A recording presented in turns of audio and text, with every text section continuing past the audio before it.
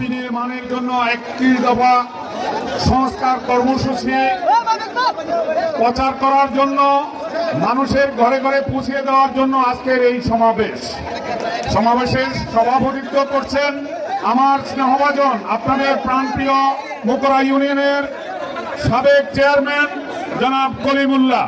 উপস্থিত আছেন আমাদের বিএনপির উপজেলার প্রবীণ নেতৃবৃন্দ, বর্তমান নেতৃবৃন্দ, যুব দলের নেতৃবৃন্দ, ছাত্রদল, স্বেচ্ছাসেবক দলের নেতৃবৃন্দ। উপস্থিত আছেন মুকুরাবাসী এবং 16টি ইউনিয়নের আমাদের নেতৃবৃন্দ, কর্মী ও সমর্থক ভাইয়েরা, আসসালামু আলাইকুম। আমি অভিভূত হয়েছি আজকে। আপনারা অনেকে কালকে রাতে ঘুমাতে পারেন নাই। এখানে বহিরাগত এসেছিল আমাদের এই কর্মসূচি 31 দফা কর্মসূচি প্রচারের এই সমাবেশকে প্রতিহত করার জন্য। আপনারা গত 3 দিন নিরলস পরিশ্রম করে এই জনসভাকে আপনারা সাফল্যমণ্ডিত করেছেন। এই জনসভা করার জন্য যারা সহযোগিতা করেছেন, আর্থিকভাবে অনেক প্রবাসী ভাই সহযোগিতা করেছেন, আমি সবাইকে ধন্যবাদ জানাচ্ছি। প্রবাসী ভাইদেরকে স্থানীয়ভাবে মুকরা ইউনিয়নের চেয়ারম্যান সহ সকল নেতৃবৃন্দকে কাছে আমি কৃতজ্ঞতা জানাচ্ছি এত বড় একটি সমাবেশ করার জন্য। ভাইয়েরা আমার রাজনীতির 35 বছর চলছে। 1991 সালে ডাক্তার কামরুজ্জামানের নির্বাচনী প্রচারণা করেছি। কোন ইউনিয়নে গেলে 2-3 জনের বেশি বক্তা পেতাম না। বক্তব্য দিতে চাইতেন না মানুষ পদ দিতে চাইতেন না।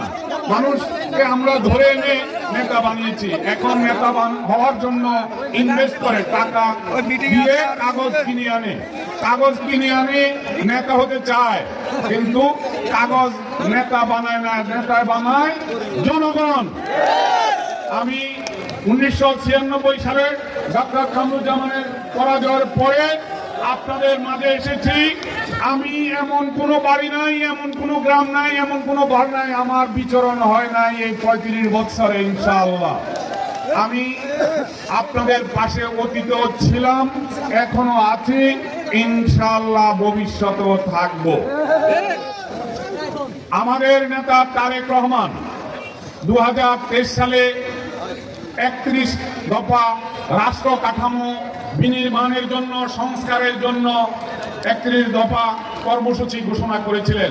সেই কর্মসূচি আমাদের সকল পরিবারের কাছে পৌঁছাতে হবে।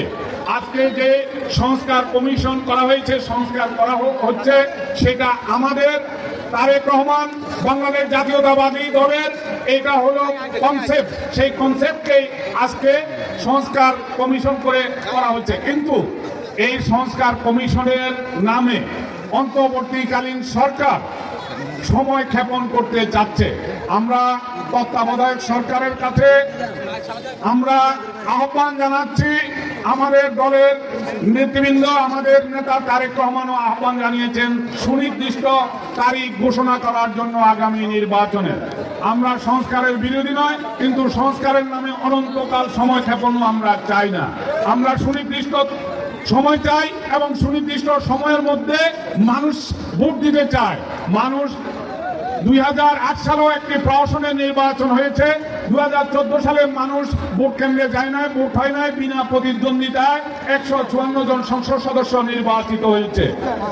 2018 সালে রাতের ভোটে এই সরকার শেখ হাসিনার ফ্যাসিবাদী সরকার গঠন করা হয়েছে। 2024 সালে আমির নির্বাচন করা হয়েছে। বলতে গেলে গত 3টি নির্বাচন মানুষ ভোট দিতে পারে নাই। মানুষ এখন ভোট দিতে চায়। মানুষ চায় আমার ভোট আমি দিব, যাকে খুশি তাকে দিব। শেখ হাসিনা, আমি হাইকোর্টে ওই দিন দেখলাম ফেসবুকে একটা বক্তব্যে বলেছিলাম যে শেখ হাসিনা পুলিশ ধ্বংস করেছে, র্যাব ধ্বংস করেছে, বিজিবি ধ্বংস করেছে, আদালত ধ্বংস করেছে, প্রশাসন ধ্বংস করেছে, আমাদের প্রাণপ্রিয় সেনাবাহিনীকে বিতর্কিত করেছে। আজকে আমরা বৈষম্য বিরোধী ছাত্র আন্দোলনের মাধ্যমে আমরা ছাত্র, সাধারণ জনতা, নারী, শিশুদের জীবনের বিনিময়ে আমরা আজকে বাক স্বাধীনতা পেয়েছি। আজকে আপনাদের সামনে দাঁড়িয়ে আমি কথা বলার সুযোগ পেয়েছি। সেই জন্য যারা শহীদ হয়েছেন তাদের আত্মার মাগফিরাত কামনা করছি। যারা চিকিৎসা নিচ্ছেন, আল্লাহর দরবারে আমরা সবাই দোয়া করি তারা যেন পরিপূর্ণ সুস্থ হয়ে তাদের পরিবারের সাথে বসবাস করতে পারে, তাদের পরিবারের একজন উপার্জনক্ষম হয়ে উঠতে পারে, আমরা তাদের জন্য দোয়া করি। আজকে অনেক বিতর্ক আসছে। আজকে বৈষম্য বিরোধী ছাত্র যারা আন্দোলন করেছেন, আপনারা এককভাবে বলতে চাচ্ছেন আপনারাই শেখ হাসিনাকে পালিয়ে যাওয়ার জন্য যথেষ্ট ছিলেন। আসলে কথাটা ঠিক নয়। 15-16 বছর বাংলাদেশ জাতীয়তাবাদী দল আন্দোলনের মাঠে ছিল। গায়েবী মামলা জামাত শিবিরের বিরুদ্ধে, বৈষম্য বিরোধী ছাত্র আন্দোলনের বিরুদ্ধে কয়টা হয়েছে পরিসংখ্যান নেন। গত 16 বছরে লক্ষর উপরে মামলা হয়েছে বাংলাদেশ জাতীয়তাবাদী দল, ছাত্র দল, যুব দল, স্বেচ্ছাসেবক দল, সংগঠনের। বাংলাদেশ জাতীয়তাবাদী দলের অসংখ্য নেতা কর্মীকে গুম করা হয়েছে, খুন করা হয়েছে। আপনারা জানেন আমাদের সাবেক সংসদ সদস্য ইলিয়াস আলীকে গুম করা হয়েছে। আমাদের পাশে লাকসামের সাইফুল ইসলাম হিরু, সাবেক সংসদ সদস্য, লাকসাম উপজেলা বিএনপির সভাপতিকে গুম করা হয়েছে। লাকসাম পৌরসভার সভাপতি হুমায়ুন পারভেজকে গুম করা হয়েছে। এভাবে আপনারা যদি বলেন আমরা একটা প্রেক্ষাপট তৈরি করেছি 15 বছরের আন্দোলনের মাধ্যমে, মানুষের মধ্যে খুব দুঃখ জন্ম নিয়েছে। সেই ক্ষোভ থেকে সাধারণ জনগণ এবং বৃহত্তর দল বাংলাদেশ জাতীয়তাবাদী দল, যুব দল, ছাত্র দল, স্বেচ্ছাসেবক দলের এই বৈষম্য বিরোধী আন্দোলনের অবদান সবচেয়ে বেশি।